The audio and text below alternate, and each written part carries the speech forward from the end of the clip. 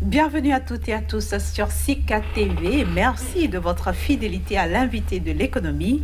Aujourd'hui, nous recevons pour vous Monsieur Alain Narcisse Freitas. Il est le promoteur du cabinet Innovafrique Consulting. Avec lui, nous allons nous intéresser au rôle des TIC, les technologies de l'information et de la communication dans l'économie. Bonjour à vous et bienvenue sur Sika. Merci, madame. Alors, est-ce que l'Afrique peut aujourd'hui se passer des TIC, les technologies de l'information et de la communication? Question éminemment pertinente, mais permettez-moi d'abord de remercier le promoteur de Sika TV et toute l'équipe qui travaille avec lui. Dire aujourd'hui que l'Afrique peut se passer des TIC serait, je dirais, un euphémisme. Parce qu'au départ, nous ne parlions pas d'éthique, nous parlions de l'informatique et des services associés. Mais au jour d'aujourd'hui, ça a tellement évolué que nous sommes aux technologies de l'information et de la communication qui a également un développement exponentiel. Et nous avons aujourd'hui, et nous sommes carrément dans les objets connectés. Donc, aucun continent, d'ailleurs, ne pourrait se passer du numérique, si je puis m'exprimer. Mais concrètement, qu'est-ce que l'Afrique peut gagner de ces technologies? L'Afrique a énormément à gagner de cette technologie, en ce sens que l'Afrique est une économie émergente. Elle est une économie, disons, primaire, en termes d'agriculture, en termes de services de base, en termes de santé. Bref, la plupart des grands domaines qui boostent une économie. Et nous pouvons dire que le numérique aujourd'hui, permettez-moi le terme numérique, je vous dirai après pourquoi, et permet une accessibilité à l'information. Si nous convenons que l'information est un pouvoir, si nous convenons que l'information est un canal de richesse, est un canal d'activité, est un canal qui permet le savoir, un savoir qui peut conduire au savoir-faire et au savoir-être. Donc, indubitablement, tout homme aujourd'hui, qu'il soit africain, asiatique ou je ne sais quoi, doit passer par l'éthique. Mais quand nous prenons le continent africain avec tous les problèmes que ce continent a par rapport à Internet, est-ce qu'elle peut réellement tirer profit de ces technologies? Je vous remercie beaucoup pour cette question, mais permettez-moi d'abord de clarifier ceci. Au jour d'aujourd'hui, l'éthique ne se résume pas à l'Internet. Je sais que vous le savez aussi bien que moi. Il y a l'informatique pure et qui comporte pratiquement 3 grands domaines, l'informatique scientifique, l'informatique industrielle et l'informatique de gestion. D'ailleurs, en Afrique, nous faisons essentiellement de l'informatique de gestion. Maintenant, quand nous prenons l'Internet, c'est juste de l'informatique connectée.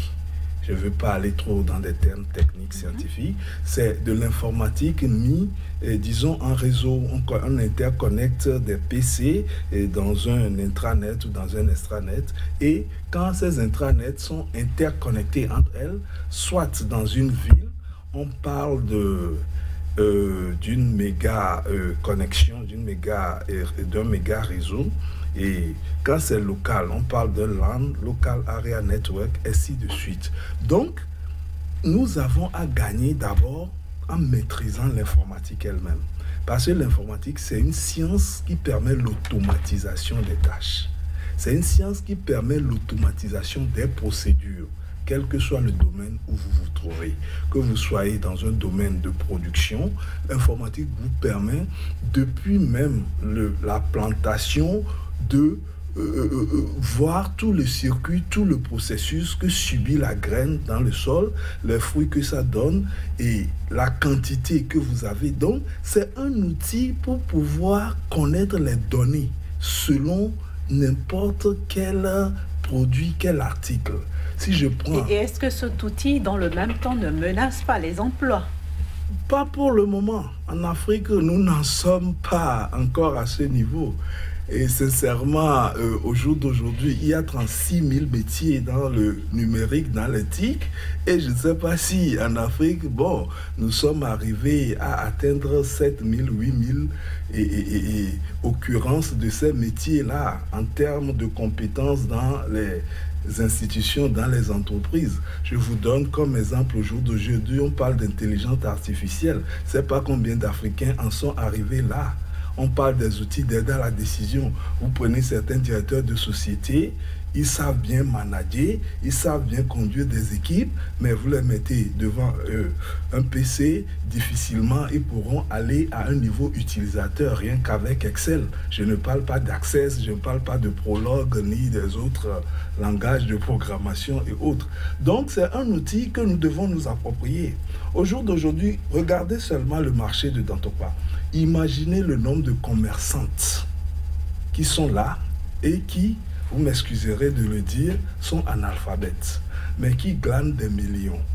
Est-ce que vous ne pensez pas que des jeunes qui connaissent l'informatique, en prenant leur PC, en ayant un modèle de marketing direct en langue locale, puissent amener ces dames-là à les prendre comme des conseillers de gestion, moyennant peut-être un petit paiement de 5 000, de 10 000 sur le mois, sur une durée donnée, et ce qui crée in facto un revenu pour eux, quitte après à pouvoir s'orienter vers des métiers plus conventionnels. Au contraire, c'est un méga marché que nous avons. Maintenant, nous avons des contraintes en termes de formation, en termes de vulgarisation de cet outil-là. Vous verrez un peu partout, formation utile, vacances utiles, ceci, cela. Mais allez-y voir ce qu'on y fait. Les gens ne savent même pas ce que c'est qu'un système d'exploitation. Ils ne savent pas ce que c'est qu'un tableur. Il ne suffit pas de comprendre ça théoriquement. Je veux dire manipuler. Ici, nous sommes face à un outil. C'est comme un menuisier qui tient une scie, un rabot. Il peut en faire quelque chose. Il peut vous construire une table, il peut faire un armoire. L'informatique aujourd'hui est un outil de modélisation, de conceptualisation, quel que soit le domaine. Vous verrez aujourd'hui que la mode a prospéré de façon exponentielle grâce justement à l'informatique. Ceux qui font des vestes, ceux qui font même nos tenues traditionnelles, aujourd'hui, quand ils vont dans des logiciels CAO, qu'on peut dire conception assistée par ordinateur ou bien DA ou dessin assisté par ordinateur, mais facilement, ils peuvent créer des modèles qui n'existaient pas. Parce que ces logiciels-là leur permettent d'exploser leur créativité, de mettre tout ce qu'ils ont comme potentiel en eux par rapport à ce métier qu'ils ont appris, peut-être de façon traditionnelle, peut-être de façon un peu aléatoire. Donc disons que c'est un outil qui amène un certain rayonnement de l'homme. Finalement, comment s'en approprier? C'est là la grande question, le grand problème que nous avons, parce que d'abord, l'énergie, nous ne l'avons pas. Nous n'avons pas l'énergie électrique partout et de façon permanente. Donc moi, et ce que je pourrais humblement demander au pouvoir public, c'est de rendre l'énergie et accessible à tout le monde. Je crois qu'ici au Bénin, un grand effort est fait. Puisque depuis que je suis là, je constate qu'il n'y a pratiquement pas de coupure. On peut se connecter n'importe où, quand on veut. Il y a les GSM aussi qui font un effort. Donc, une fois que cette accessibilité de l'énergie est garantie, le reste relève maintenant de l'encadrement, de l'accompagnement de ceux qui s'y connaissent. Et ce que moi je pourrais conseiller, c'est que les jeunes élèves, les jeunes étudiants qui s'intéressent à la chose de l'informatique peuvent servir, pas d'enseignants en tant que tel, mais de moniteurs à ceux-là, même qui ne parlent pas français. Parce que, excusez-moi, mais nous sommes dans un environnement où tout le monde ne peut pas parler français ni anglais. Maintenant, une fois que vous et moi, nous avons une langue commune, qu'est-ce qui nous empêche de communiquer dans cette langue? Je peux vous apprendre l'informatique avec le Milan, qui est ma langue. Si je parle le fond, je peux l'apprendre. Ça, c'est de vous à moi. Si on est 3, on est 4, je le fais. Maintenant, si je dois aller à une échelle plus grande, bon, je peux solliciter un traducteur fond qui va m'aider dans ma démarche à pouvoir formaliser ça maintenant du fond au français. Et ça, c'est une démarche que beaucoup ne comprennent pas, qui ne connaissent pas. Et comme vous le verrez, mon cabinet s'appelle Innove. Innove qui veut dire innovation. Il faut permanemment innover. Nous sommes dans un monde aujourd'hui où il y a une concurrence extrême dans tout ce que nous faisons. Vous commencez quelque chose aujourd'hui, 2 jours après, quelqu'un le fait et il le fait mieux que vous. Et vous disparaissez du marché. Donc, si vous n'avez pas cette capacité à vous renouveler, à vous remettre en question, à chercher des solutions idoines aux défis qui se posent à vous, personnellement, et avant d'aller à un niveau peut-être familial, communal, etc., on n'en sortirait pas. C'est ce que je pourrais dire. À l'école, par exemple, le numérique, en quoi est-ce utile? Ou alors, à partir de quand faudra-t-il inculquer cette science aux enfants, par exemple? Madame, je n'aime pas souvent parler de l'école, parce que l'école, pour moi, c'est pas ce que nous faisons. Disons que nous nous sommes un peu fourvoyés, ou bien nous avons laissé les Blancs nous fourvoyer. L'école, et nous, les Africains, nous avons une tradition orale. Et nos parents, nos ancêtres nous communiquaient le savoir par l'oralité. L'école, je considère juste que c'est une formalisation par l'écriture du savoir. Quelqu'un qui n'a pas été à l'école, je connais des gens. Vous prenez le milliardaire Umaro Kanazo, il n'a pas été à l'école, mais il est milliardaire. Comment il l'a fait? Donc, l'école aujourd'hui, mais il faut un chamboulement total. Avant même de penser à mener le numérique, il faudrait déjà que les programmes de l'école visent à l'épanouissement de l'élève, visent à un savoir-être. Nous communiquons tout le temps du savoir, du savoir, du savoir. Les gens en sont saturés, certains même en perdent la boule, mais in fine, ils n'en font pas grand-chose. Si je vous dis aujourd'hui, moi à l'école, j'aimais beaucoup la physique, j'aimais la chimie. J'étais champion dans ces matières et je voulais devenir chercheur en physique nucléaire. Dites-moi si en Afrique on a cette possibilité-là. Non, mais je me suis rendu à l'évidence que j'étais en train de rêver. Je ne pouvais pas le faire. Ou alors carrément j'allais le faire en métropole et devenir un esclave pour les Blancs. Moi, je suis un panafricain pur. Et partout où je passe, peu importe la couleur de ma peau, l'habit, tout, et je lutterai toujours pour l'Afrique. Donc, nous devons comprendre que ce n'est pas les Blancs qui ont tout.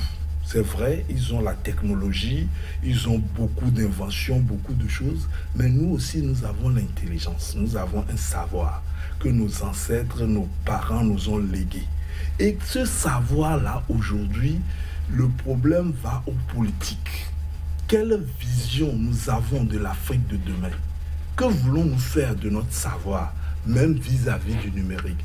Quand nous prenons le numérique, nous pouvons aujourd'hui mettre nos langues nationales sur le numérique. Et à partir de là, avec des écrans géants, former des milliers d'Africains dans ces langues-là. Chacun dans son milieu. Nous pouvons le faire. Donc l'informatique nous donne beaucoup de facilité. Mais nous ne les exploitons pas, nous ne les utilisons pas. Et avec le numérique, M. Freitas, l'Afrique ira de l'avant? Inévitablement, ira de l'avant s'il y a une volonté politique, s'il y a un accompagnement institutionnel. Au jour d'aujourd'hui, je vous ferai une confidence. Personnellement, je suis aujourd'hui consultant IT pour l'éducation. Mais si je veux le dire en anglais, je suis consultant Information Technology for Education. Ça s'écrit IT4E. Et ça, je l'ai eu au Ghana par le biais de Inveneo Computing System, qui est un système dédié, mais qui marche à l'énergie solaire. Et ce système, je peux vous dire que ça coûte banalement 50 à 60% moins cher que tout ce que nous utilisons. Et en termes d'énergie, ça consomme 80% moins. Donc, ce qui veut dire que ce système, quand nous allons le déployer dans nos structures, dans nos écoles, la facture d'électricité du pays va descendre de 80%. Imaginez ce qu'on peut faire avec ça. Mais j'ai eu ces certifications depuis 2008. Je n'ai jamais trouvé le financement pour lancer. Vous voulez dire par là que les Africains ne sont pas prêts? Eh bon, Non, on peut le dire, ils ne sont pas prêts. Disons que tout est politique en fait. Si les pouvoirs politiques décident que nous allons faire ci, au Ghana, où je me rends chaque année, au Nigeria, ils ont accepté. Donc j'ai compris finalement que le modèle anglo-saxon s'impose à nous tous. Voyez le Rwanda aujourd'hui, là où il est. La dernière fois, j'apprends que le Rwanda va entrer dans l'OCDE, le premier pays africain. Pourquoi ne pas simplement copier un peu ce qui se fait là-bas? Je ne dis pas de copier-coller, mais si ton ami, même ton ennemi, en sait plus que toi de temps en temps, tu peux lui piquer quelques éléments. Et c'est sur ça, M. Freitas, que nous allons boucler cet entretien. Je rappelle que vous êtes le promoteur du cabinet InnovAfrique Consulting. Merci d'avoir accepté l'invitation de SICA et à très bientôt. Merci à vous aussi. C'était un plaisir.